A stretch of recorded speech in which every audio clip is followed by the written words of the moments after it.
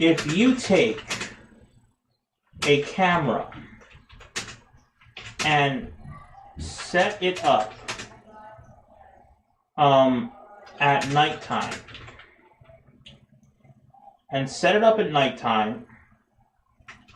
to look at the North Star.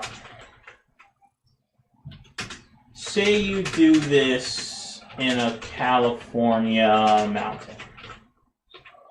Okay. And you keep the camera there, and somehow it's Wi-Fi. It's just somehow it's Wi-Fi connected to give you the pictures every night. This part's not important. The point I'm making is this. If you did that in Brazil, then Japan, then India, then Russia, then Germany, then South Africa, then Australia, okay? Or whatever. No, not even South Africa. I think South Africa you can't actually see the North Star. There's some countries where you actually can't see the North Star. So actually, I think you can't see the North Star. Then Germany. Then I don't know where else. What's another country? Then Peru. Okay. If you set up cameras on a mountain in all those countries and focus the camera on the North Star, okay? And focus the camera on the North Star. Just if we assume no animals knock over the camera and they can take a picture every night and take a video every night of the star trails, okay? Take a video every night of the star trails, okay? My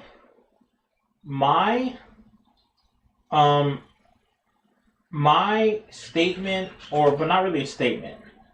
My assertion is that in every single one of those cameras, the North Star's position will never change. Every night for 10 years, the North Star will literally be at the same location of the night sky forever, never moving. Now, listen. So, this could technically be proved and wouldn't cost that much money. My assertion is that the North Star's position in the night sky never changes, and there is no evidence that it has ever changed. Okay, so if the North Star truly never moves, then that's absolute proof the world is flat. Period. You cannot deny it. So I don't have the video evidence yet, but it's so plainly obvious to me that if you did do the above experiment, you would see the North Star does not move. Okay, the North Star doesn't fucking move. Okay, the North Star doesn't fucking move.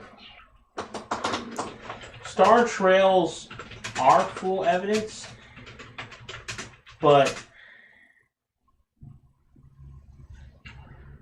you have to be sort of smart to understand it. So I'll go to this now, alright? So here's the next evidence. It was Chicago flat Earth. Okay, you can actually see Chicago. Yeah, here it is.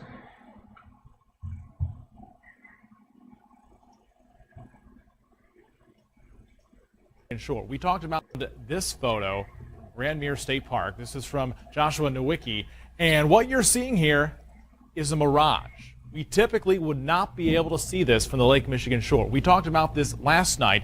Conditions are right on the lake from Joshua until I found this photo, Grandmere State Park. This is from Joshua Nowicki, and what you're seeing here is a mirage. We typically would not be able to see this from the Lake Michigan shore. We talked about this last night. Conditions are right on the lake that we're actually seeing a mirage of the Chicago skyline. Warning, bullshit alert.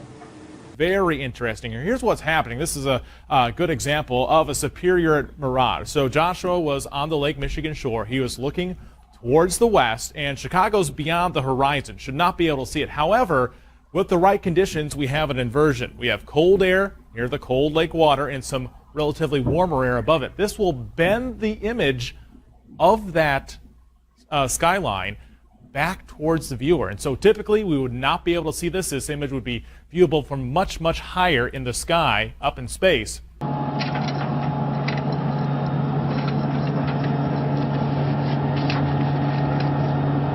Here we are at the throne. Number 2, right here. I'll show you. But you see it's pretty small, so you have to have pretty good aim, and you be ready to make sure things get let go the right direction. What the fuck? And it smells a little bit, so I'm closing it up.